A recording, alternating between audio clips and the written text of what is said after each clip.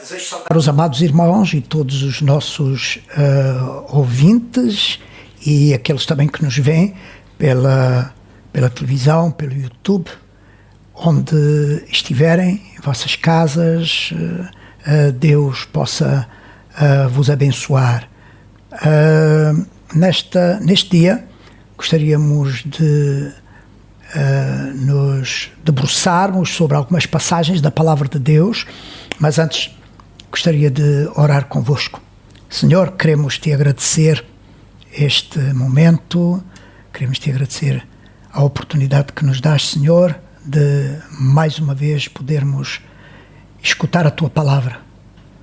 Ela é lâmpada, Senhor, para os nossos pés, ela é luz para o nosso caminho, ela nos dá graça e força e sabedoria para te podermos amar, podermos servir, podermos fazer a tua vontade. Senhor, ao estudarmos a tua palavra nesta hora, sê conosco, ilumina as nossas mentes, os nossos corações, Senhor, sejam voltados para ti e pedimos que o teu Espírito glorifique o teu nome em cada um de nós. Em nome de Jesus te pedimos e te agradecemos. Amém. Amém. Nós estaremos hoje falando sobre o tema qualidades virtuosas. Qualidades virtuosas. Estamos num mundo virtual, mas não estaremos falando sobre qualidades virtuais, mas qualidades virtuosas. Qualidades que vêm do Espírito de Deus. Qualidades que vêm da virtude de Deus. Podemos lembrar aquela passagem de Atos dos Apóstolos, capítulo 1, verso 8, que Lucas prefaz as palavras de Jesus, ou diz as palavras de Jesus, que foi promessa que Cristo fez à sua igreja, que um dia o Espírito Santo desceria sobre o seu povo e revestiria o seu povo de virtude. Algumas traduções bíblicas falam de virtude, outras falam de poder. Virtude, capacidade de operar. Neste caso, operar pelo Espírito Santo. Então, é esta virtude, é acerca destas qualidades, das virtudes de Deus na nossa vida, que iremos falar convosco neste estudo bíblico. E gostaria que abríssemos a palavra do Senhor na segunda epístola de Pedro, capítulo 1, dos versos 3 ao verso 11. Verso 3 diz assim: visto como o seu divino poder nos deu tudo o que diz respeito à vida e piedade, por meio do conhecimento daquele que nos chamou pela sua glória e virtude, pelas quais ele nos tem dado grandíssimas e preciosas promessas, para que por elas fiqueis participantes da natureza divina, havendo escapado da corrupção que pela concupiscência há no mundo. Verso 5. E vós também, pondo nisto mesmo toda a diligência, acrescentai à vossa fé a virtude, e à virtude a ciência, e a ciência a temperança, e a temperança a paciência, e a paciência a piedade, e a piedade o amor fraternal, e ao amor fraternal a caridade. Verso 8. Pois essas são as qualidades que precisam ter. Se as tiverem, as qualidades, se as tiverem e fizerem com que elas aumentem, porque se em vós houver e abundarem estas qualidades, não vos deixarão ociosos nem estéreis no conhecimento de nosso Senhor Jesus Cristo. Pois aquele em quem não há estas qualidades é cego, nada vendo ao longe. Gostaria que os amados sublinhassem esta frase, nada vendo ao longe, havendo-se esquecido da purificação dos seus antigos pecados. Verso 10. Portanto, irmãos, procurai fazer cada vez mais firme a vossa vocação e eleição, porque fazendo isto, nunca jamais tropeçareis. Porque assim vos será amplamente concedida a entrada no reino eterno de nosso Senhor e Salvador Jesus Cristo.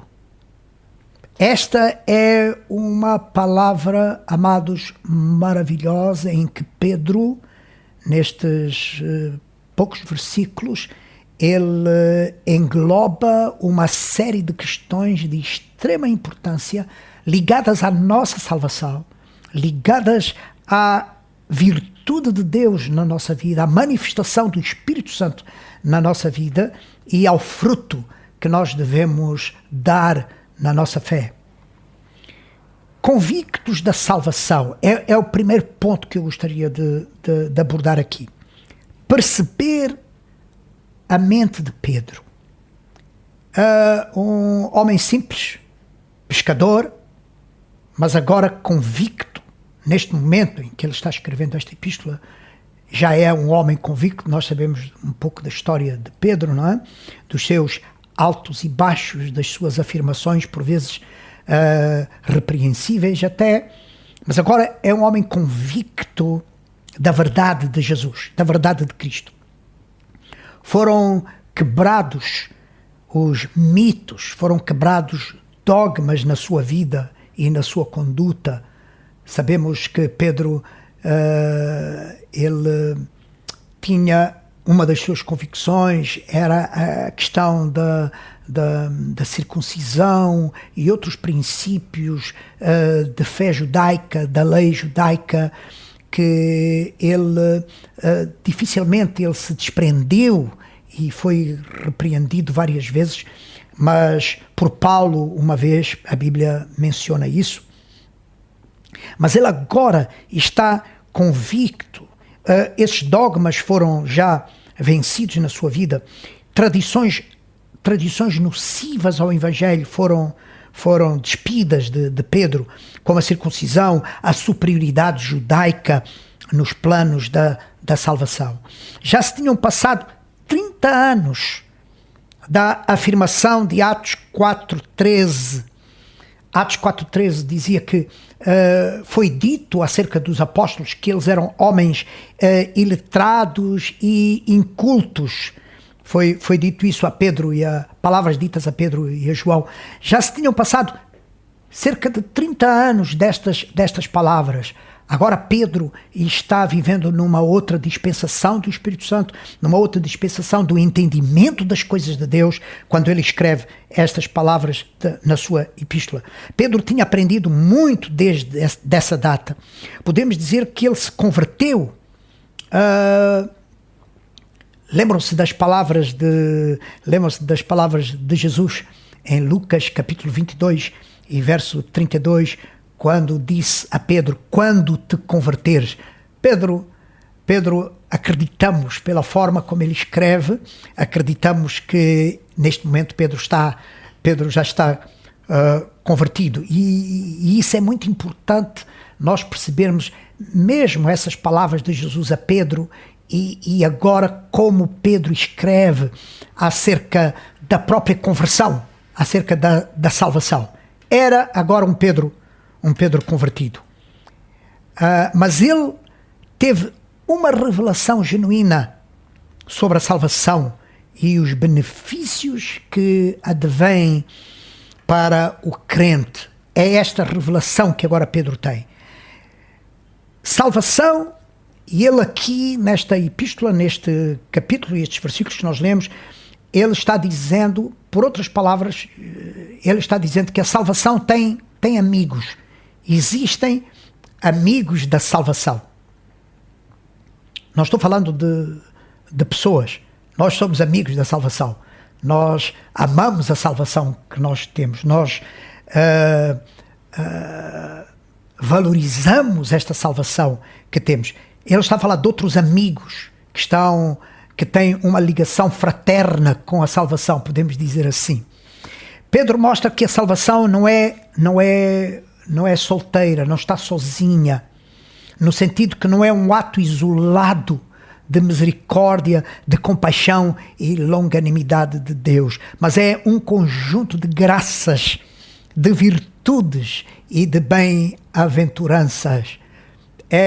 Pedro está dizendo que ao recebermos a salvação, quando a salvação chega a nós, ela não está sozinha. Salvação significa um conjunto de graças, um conjunto de capacidades, um conjunto de virtudes e de bem-aventuranças.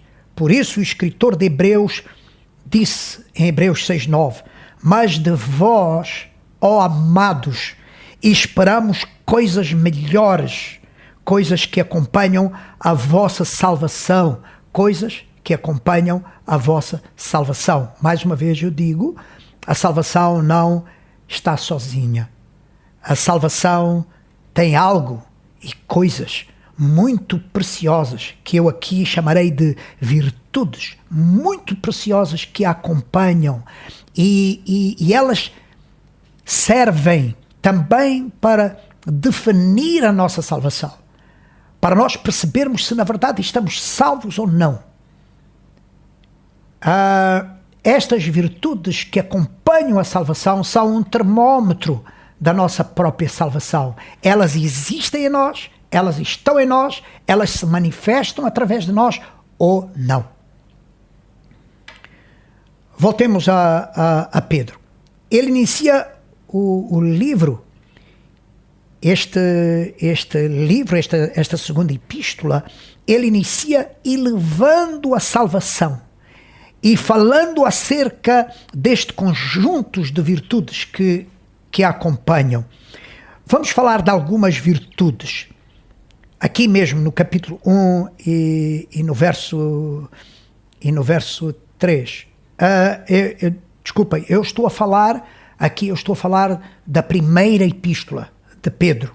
O livro de Pedro, quando eu disse livro de Pedro, estou-me referindo à primeira epístola de Pedro. Os irmãos podem ir às vossas Bíblias e acompanharem. Nesta epístola, primeira epístola de Pedro, no seu primeiro capítulo, assim como na segunda estamos lendo o primeiro capítulo, na primeira epístola de Pedro, no primeiro capítulo, verso 3, ele exalta virtudes ligadas à salvação. Ele fala no verso 3 de esperança. Ele diz que Deus nos gerou de novo para uma viva esperança. A salvação traz esperança. Lembra as palavras do apóstolo Paulo, quando ele está a falar sobre o arrebatamento da igreja, sobre Deus nos livrar da ira futura? Ele está dizendo, nós não somos como os demais que não têm esperança. Salvação, ser salvo, desfrutar da salvação, desta preciosa salvação, é ter esperança. No versículo 4, Pedro fala de herança. Ele diz, para uma herança incorruptível, incontaminável e que não se pode murchar. Eu quero que os irmãos pensem que estamos falando de virtudes ligadas à salvação. Ele fala também de alegria e de gozo, no verso 6 e no verso 8, em que nós grandemente nos alegramos. E diz no verso 8, vos alegrais com gozo inefável e glorioso. Nos alegramos condicionalmente por coisas boas que acontecem. Por vezes a alegria é condicional, é circunstancial, mas temos gozo incondicional, gozo incircunstancial.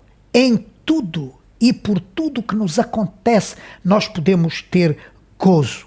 Paulo, em 2 de Coríntios, no capítulo 7, verso 4, ele diz, superabundo de gozo em todas as nossas tribulações. O gozo não é circunstancial, o gozo é incondicional em todos os tempos, em todas as circunstâncias. A salvação trouxe a virtude do gozo, porque virtude é uma qualidade, mas também é uma capacidade que Deus nos dá pelo seu Espírito, pela salvação, termos gozo mesmo nas tribulações. A seguir, Pedro diz, no verso 7, ele fala da fé, uma virtude que vem da salvação. Fé, para que a prova da vossa fé, muito mais preciosa do que o ouro que parece, para que a prova da vossa fé, uma virtude que acompanha a salvação. E aí nós podemos pensar quando lemos aquela passagem de Hebreus que diz: de vós, ó amados, esperamos coisas melhores, coisas que acompanham a vossa salvação. Outra virtude que vem pela salvação, a liberdade. Jesus disse: se o Filho vos libertar. Jesus está dizendo palavras gloriosas aqui. Ele fala da salvação como uma libertação, mas também a libertação como um fruto, como uma qualidade que vem da salvação. Ou seja, durante o nosso viver, muitas formas de nos aprisionar, muitas formas de opressão, de tensão na nossa vida, virão após a liberdade da salvação. Virão situações difíceis na nossa vida que nós precisamos de ser livres delas. E Pedro está dizendo que a liberdade é uma das virtudes que depois da salvação a acompanha. Louvado seja o nome do Senhor. Livres não só do domínio do pecado, mas de tudo o que nos prende à velha natureza. No capítulo 2 e verso 16 diz: considerando que sois livres, vivei como servos de Deus.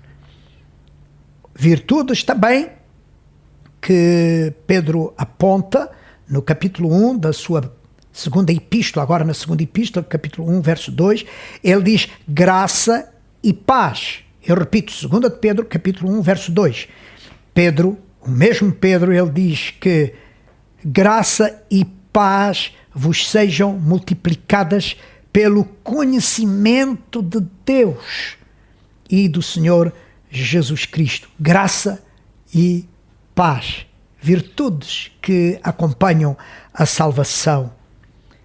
Pela salvação, temos todos os recursos para vivermos em obediência, em temor a Deus e em vitória. 1 de Pedro 1:2 diz: para santificação e obediência. Esta virtude que vem pela salvação, obediência, nos ajuda, amados, muitas vezes sem compreendermos tudo e a profundidade de todas as coisas. Nos ajuda, por causa da virtude de fé, nos ajuda a obedecer a Deus, a obedecer à sua palavra. É uma virtude que acompanha a salvação, a santificação e a obediência. Também, em 2 de Pedro, 2 de Pedro, capítulo 1, verso 4, Pedro fala de promessas. A salvação, pela salvação, nós adquirimos, nós somos participantes das promessas de Deus, pelas quais, diz no capítulo 1, verso 4, pelas quais Ele nos tem dado grandíssimas e preciosas promessas, para que por elas fiqueis participantes da natureza divina. Já para não dizer que a própria natureza divina que nos é concedida por Deus vem da própria salvação. Ponto 3 seria mantendo a operação. Mantendo a operação, ou sendo operáveis na salvação. O poder da salvação opera em nós qualidades e virtudes que pertencem àquele que nos salva. A salvação trouxe algo glorioso para nós. E o que há de mais glorioso na salvação foi o processo que nos faz, pela salvação, nós iniciamos um processo que nos faz cada vez mais semelhantes ao Senhor, cada vez mais parecidos com aquele que nos salvou. A salvação traz isto. Há poder na salvação para operar as qualidades e as virtudes em nós que pertencem àquele que nos salvou. Não esqueça isso, amados. Todos os dias pense quão parecido o irmão e a irmã está com Jesus. Quão semelhante o irmão está se tornando com Jesus. Não estou a falar da sua fisionomia, eu estou a falar do seu caráter, eu estou a falar das suas obras, eu estou a falar das suas ações, com certeza. É nisso que eu estou a falar, é nisso que a Bíblia está a falar. Pela salvação, nós nos tornamos em qualidades e em virtudes parecidos, semelhantes àquele que nos salvou. Filipenses 2:12, Paulo diz: assim também operai a vossa salvação. Salvação não é algo que nós recebemos e ficamos confortados, sentados num sofá e a pensar na vida. Não. A salvação é operante. A salvação é operada. Paulo está dizendo assim: também operai a vossa salvação. O irmão precisa levantar-se desse comodismo, levantar-se dessa situação fatalista, muitas vezes, e operar o que foi dado a si, o que já lhe foi entregue pela salvação. As virtudes da salvação precisam ser operadas. As qualidades que a salvação tem precisam ser operadas em nós. Diz assim a palavra de Deus em Filipenses, no mesmo capítulo 2, no versículo seguinte, versículo 13, diz: porque Deus é aquele que opera em vós tanto o querer como o efetuar. Este é o apelo de Deus. Eu repito, este é o apelo de Deus para nós. Opera. Sê operante, porque eu também, diz Deus, porque eu também opero. E este versículo que nós lemos, Deus está dizendo isso: eu opero em vocês. Como Ele tocará se tu não queres tocar? Como é que Deus vai tocar em alguém? Lembra aquelas palavras de Paulo, não é? Como haverá quem pregue se não há quem envia? Como haverá quem é salvo se a salvação não for pregada? Como acontecerá que as pessoas serão libertas se não houver quem anuncie a mensagem da libertação, a mensagem da salvação? Como é que Deus vai tocar se tu não queres tocar? Deus opera através de quem? Neste mundo, nesta terra, no meio da tua família. Deus opera através de quem? Não será através de nós? A Bíblia não diz que somos cooperadores dele? Então nós, pela salvação, recebemos virtudes operantes. Como é que ele andará se nós não nos quisermos mover? Como ele falará se nós nos silenciarmos? Como é que Deus se expressará se nós nos encobrirmos? Como é que ele se expressará? Como é que o mundo poderá perceber que este Deus é um Deus de amor se não houver em nós essas expressões, essas qualidades, essas virtudes e essa operação? 2 de Pedro 1,5 diz: e vós também pondo nisto. Vós também pondo nisto. Nisto o quê? Na salvação. coisas que acompanham a vossa salvação, como nós já referenciamos de Hebreus 6:9, coisas que acompanham a vossa salvação. Pondo nisto, Pedro passa a exortar acerca da nossa parte, da minha parte, da tua parte nesta salvação. Qual é a nossa parte nesta salvação? Não para sermos salvos, mas para mantermos a salvação em nós, para operarmos nessa salvação. Um impulso e desejo voluntários de dizer as mesmas palavras do apóstolo Paulo, que disse em 2 Timóteo 4:7, combati o bom combate, acabei a carreira, guardei a fé. Aqueles que operam na salvação, um dia, com certeza, poderão ter ou poderão proferir estas mesmas palavras com certeza. Pedro menciona operações da salvação. Verifica se existem na tua vida, mas também no teu viver. Nós precisamos fazer sempre esta avaliação.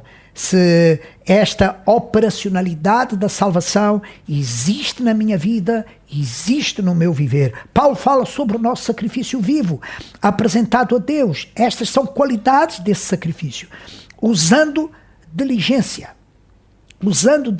Vem no início, mas poderia vir no fim, nesta passagem que nós lemos. Pedro poderia ter dito, façam tudo isto, mas com diligência. Mas Pedro fala no início, com diligência. A diligência é o desejo de fazer rápido, de fazer com o tempo que eu tenho, de usar o tempo que eu tenho e não deixar para amanhã o que eu posso fazer hoje.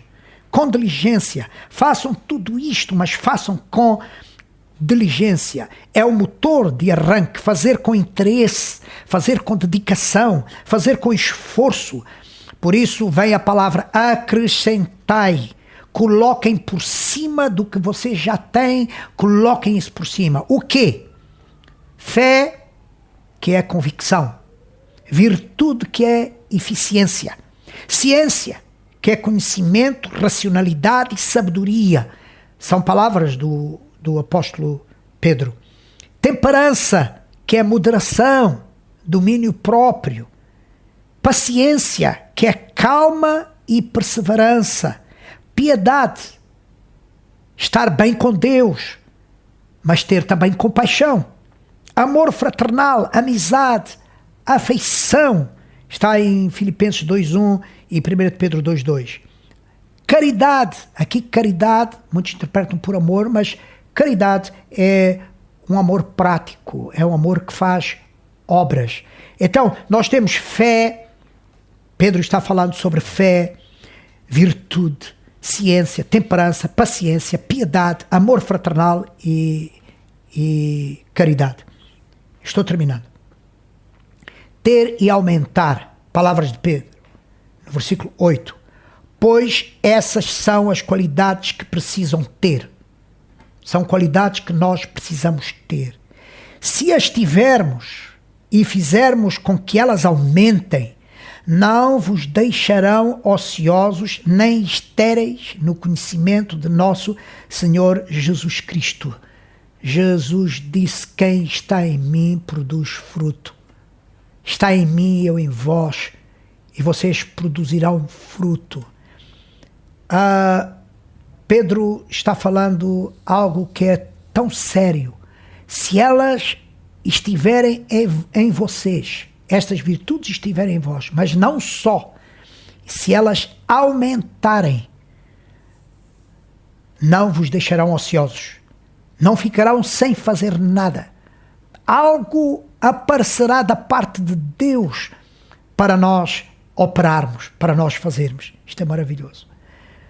Nem estarão estéreis. Muitos dos que dizem, eu não tenho nada para fazer, ninguém me dá nada para fazer. Atenção com estas palavras de Deus. A palavra está dizendo que se as virtudes estiverem em vós, verifiquemos se estão estas virtudes em nós. Porque a palavra de Deus é clara na ordem das coisas. Ela diz, vocês querem deixar de estar ociosos, vocês querem deixar de não ter nada para fazer. Então verifiquem se essas virtudes estão em vocês. Havendo essas virtudes em vós, não vos faltará coisa para fazer. não vos faltará ministério, não vos faltará coisas para realizar no reino de Deus. Louvado seja o nome do Senhor. Penetramos em Cristo quando possuímos essas qualidades. Eu repito, penetramos em Cristo quando possuímos essas qualidades, porque são as suas próprias qualidades. João 15:3. Se vós estiverdes em mim, eu já referi estas palavras, e as minhas palavras em vós, penetramos no Senhor quando nós operamos, quando nós temos estas qualidades vivas e operantes em nós. Está em mim e eu em vós, como a vara de si mesmo não pode dar fruto se não estiver na videira, assim também vós, se não estiverdes em mim. Eu sou a videira, vós as varas, quem está em mim, eu nele, esse dá muito fruto, porque sem mim nada podeis fazer. Eu faria aqui uma pergunta: se ele está em mim e eu estou nele, quem é que está de fora e quem é que está de dentro? Esta é uma palavra muito profunda de Jesus. Se vocês estiverem em mim e eu estiver em vós, ficamos a pensar quem é que está dentro e quem é que está fora. O que Jesus está a dizer é que as coisas acontecem simultaneamente. Ele me domina. E quando eu me manifesto, ele é visto, ele é reconhecido. Quando eu me manifesto com as suas próprias virtudes, com as virtudes desta salvação. Quando estas virtudes acontecem em nós, existem 3 passos que eu gostaria de dar aqui. O primeiro é que nós entramos nele. Segundo, é que nós passamos a conhecê-lo melhor. Terceiro, nós nos tornamos como ele. Entramos no Senhor, conhecemos a ele melhor e nos tornamos como ele. E Pedro diz: vocês não estarão ociosos nem estéreis, não estarão inativos, não estarão inoperantes, não estarão desocupados, vocês serão úteis, vocês serão ativos, vocês serão necessários, vocês estarão ocupados. Pedro diz: nem estéreis, inúteis, nus, incapazes, improdutivos, mas vocês estarão frutíferos, ou serão frutíferos, construtivos, criativos, trabalhadores. E Pedro termina dizendo: e com essas virtudes em vós, elas vos protegerão de tropeçar. Palavra tão importante, está no verso 10. Portanto, irmãos, procurai fazer cada vez mais firmes a vossa vocação e eleição, porque fazendo isto nunca jamais tropeçareis. O irmão não quer, com certeza, tropeçar na fé. O irmão, com certeza, não se quer embaraçar na fé. Verifique se essas virtudes estão operando na sua vida. Temos entrada amplamente concedida no reino dos céus, termina Pedro, porque assim vos será amplamente concedida a entrada no reino eterno de nosso Senhor e Salvador Jesus Cristo. Este é o privilégio da perfeita união entre Cristo e a sua noiva e a igreja, Efésios 5:30, porque somos membros do seu corpo. O mistério de Paulo, falado em Efésios 5:32, grande é este mistério, digo, porém, a respeito de Cristo e da igreja. Com tudo isto, Pedro quer dizer que a salvação não é somente um passaporte para o céu, para a vida eterna, mas é um salvo-conduto, é uma autorização para vivermos na terra de forma frutífera. É isto que Pedro está a dizer nesta epístola, é isto que Pedro está a dizer acerca da salvação. Não é só um passaporte para entrar no céu, mas é uma autorização de Deus, uma autorização espiritual que nós recebemos para vivermos na terra de forma frutífera. Deus abençoe os amados irmãos. Amém. Vamos orar. Nosso Deus, nós te agradecemos pela tua palavra. Te agradecemos, Senhor, porque tu nos dás esta possibilidade, através da salvação, de se manifestarem em nós as virtudes do teu Espírito. de se manifestar em nós o teu próprio caráter, Senhor, em todas estas qualidades e virtudes que Pedro tem falado na sua epístola. Senhor, guarda o teu povo, guarda a tua igreja. E que, na verdade, Senhor, o nosso viver não seja só uma esperança de ir para o céu, mas ele se manifeste através destas virtudes, através deste fruto da salvação, das coisas que acompanham a nossa salvação. Senhor, reveste-nos desta graça, reveste-nos desta virtude, para a glória do teu nome, Senhor. Assim eu oro e te agradeço em nome de Jesus. Amém. Amém. Deus abençoe.